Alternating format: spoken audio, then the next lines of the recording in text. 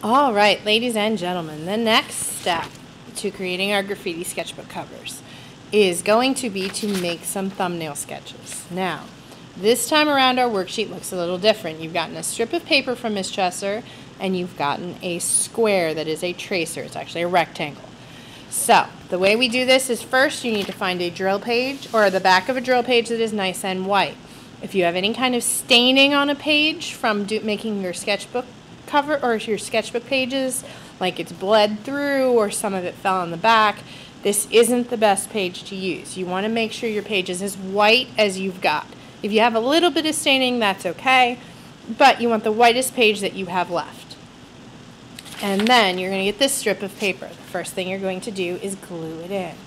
Now, you can glue this paper kind of however you want on this page. It's going to determine how your tracers are used. However you want to glue it along an edge. It can be the top edge, it can be the bottom edge, it can be the left or right. It doesn't really matter. So you can glue it like this, or you can glue it like this. I'm going to glue it like this just so it makes it a little easier for you to see in the video, but it doesn't matter. You can glue it. Do not glue it in the center of the page, however, because when you go to trace, your tracers aren't going to fit around it. So you want to leave yourself a nice big space, whether you glue it to one side or the other, or you glue it to top or bottom, doesn't matter. So you're going to glue that in using proper glue technique. Then you're going to take this tracer, and you're going to trace 4 of these on this page. So if I trace one here, the rest of them aren't going to really fit. So you're going to need to kind of trace them. They don't, however, have to be perfectly neat. If you want to make them a little, you want to be a little artistic and you want to make them a little crooked, that's okay. You just can't have them overlap.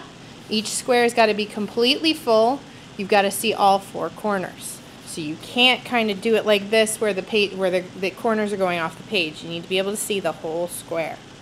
So now I am not sure if I want my sketchbook cover to be vertical or horizontal, so I'm doing a couple of both. It also fits a little easier that way. So you can do them vertical or horizontal. If you want to do them all horizontal and you trace them this way, you can always turn your page however way you want to draw. So it doesn't really matter. Alright, now all the directions we need to follow are on this paper right here. So we're going to go over them together. So, composition is the way an artwork is put together. We learned that in class during our discussion last time. So when we're dealing with thumbnail sketches, which is really another version of a rough draft, you are using the thing that you are using, the thing that I'm really worried about, because we've brainstormed the symbols, we've brainstormed your fonts. What I'm really worried about this time around is composition. That is our big deal this time around. When we're dealing with thumbnail sketches, we're dealing with composition. So, artists use thumbnail sketches to plan where they're going to put objects in their drawings. Once again, just like we talked about, it's not what you're putting there, it's where it is. So it's where, the where is what's important. So, use the rules of a good composition as you brainstorm several different ways of organizing your sketchbook covers. Trace 3 to 4. This semester I told you to do 4 boxes, so you need to make sure you're doing all 4 boxes, not just 3. Just because it says 3, cross off that 3, don't confuse yourself. 4 boxes on the sketchbook page. Each one of them is going to be a rough draft, so each one needs to have all the stuff that's listed down here. Now right here are all the rules of a good composition. So if you don't remember what the rules are, so you don't have to flip pages and find the rules page, they're all listed here. So there are 2 that I really want you to focus on using this time around. Using at least 3 cropping and using at least 3 overlapping. And, well, let's say 3, you want to make sure you're filling the page as much as possible. So you want to make sure your objects are big, you want to make sure they are overlapping each other, and that they are cropping off the edge of the page. So those are the 3 things that you are focused on this time around. So then, with this is telling me all the rules of composition and reminding me. This stuff down here is important because it's telling what the rules, what needs to be in each box. So let's read them. It needs to have your tag. So your tag is your name. So remember your name tag from, let me flip the page. So we're going back to this worksheet here, name. So we're going to, somehow we're going to have our tag name in there. Somehow we're going to have 3 to 5. So from that symbols page, you're going to have at least 3. 3 means 1 from each category. So maybe 1 from this category, 1 from this category, 1 from this category. Now you can have up to 5, which means that if I like both of these, I can do both of them. If I like both of these, I can do both of them. But 5 is our max. So no more, no less than 3, because you want 1 from each category, and no more than 5. And the last thing we need to include is a background. So you can, there are some background pattern packets on the heater that you can look at and figure out. You can also create your own, but you want this background to be a pattern or large image. So if you make a really big image, it can fill your background. Or you can make a pattern that just fills up the rest of the space.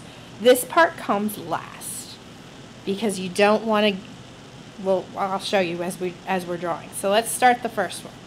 So this one's vertical. So the first thing I'm going to put in is, because my tag needs to fill the page, I'm going to make my tag nice and big.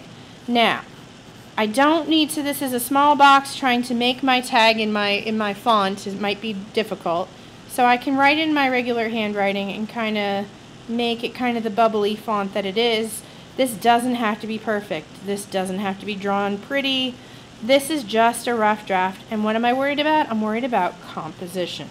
So I'm worried about where the stuff is. I'm not worried about how pretty it is. So there we go. I got my name. My tag is filling the space.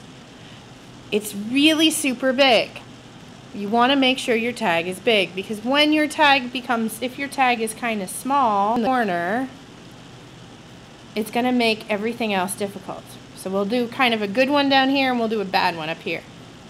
So then the next thing I need to do is put in my 3 to 5 symbols. So if I go back here, which ones did I circle? I circled the Xbox symbol. So I want to make it nice and big. And I want to make sure each symbol is cropped. So this one's going off the page and it's overlapped by the name. So I've got my big Xbox symbol, and I've already got my first cropping and my first overlapping, because remember, I need 3. And then I've got my sewing needle. So maybe I'll make my sewing needle big and huge up here. My sewing needle is cropped. My sewing needle is overlapped. Maybe I even have some of the thread coming out of it. And I got another overlapping. So I've already got my 3 overlapping, and I've only got 2 symbols. Okay? Realize that overlapping in your name doesn't count. So if my letters are touching each other, that's not overlapping, because the letters are one word. So that word getting overlapped or getting cropped counts, but not the individual letters. So I've got my thing, and then my last one is my Eiffel Tower. So maybe I put my Eiffel Tower over here. Once again, filling the space. So I'm going to make it go all the way across. See how big all my symbols are? Now this one is getting overlapped and getting overlapped and getting overlapped and getting cropped and getting cropped and getting cropped. Do I have more than 3 cropping and 3 overlapping? Yes. So by making everything big, it makes it, and all my space is filled. There aren't big empty spaces. Then what I can do is go in and put my background pattern behind stuff. So you don't want your background pattern to overlap anything. Your background pattern goes behind. Because watch what happens, and I'll do it wrong down here. If I just draw all the way through my object, suddenly my object, you can't tell what's background and what's object. If you make that mistake, it's easy to fix. We can just erase inside. So you want to make sure anything that's below something else, you don't see it. You notice I did the same thing when I did my overlapping, is that you don't see, or actually over here you do kind of see, but but you don't want to see, you want to see that the letter is going on top of the Xbox symbol. Or if the Xbox symbol is going on top, then you get rid of the letter. Okay? So, then you put in your background pattern, and then you move on to the next one. Now, the problem that I see a lot of people have is they do their name nice and small, they do their symbol nice and small, they do their other symbol nice and small. That's a terrible Eiffel Tower, and I apologize, guys. And then they do their other symbol nice and small. And then they have a tendency to say, oh, well, I just need more stuff. So I'm going to put another symbol here, and I'm going to put the plane here. And what's starting to happen here? This whole thing is getting cluttered, and then you want to put something else here, and you want to put something else here, and everything's floating, and everything's kind of cluttered, and we've gone past our 5-object rule. So the reason for that 5-object rule is so that your objects stay nice and big and clear and interesting, and so that we don't end up with lots of little things everywhere.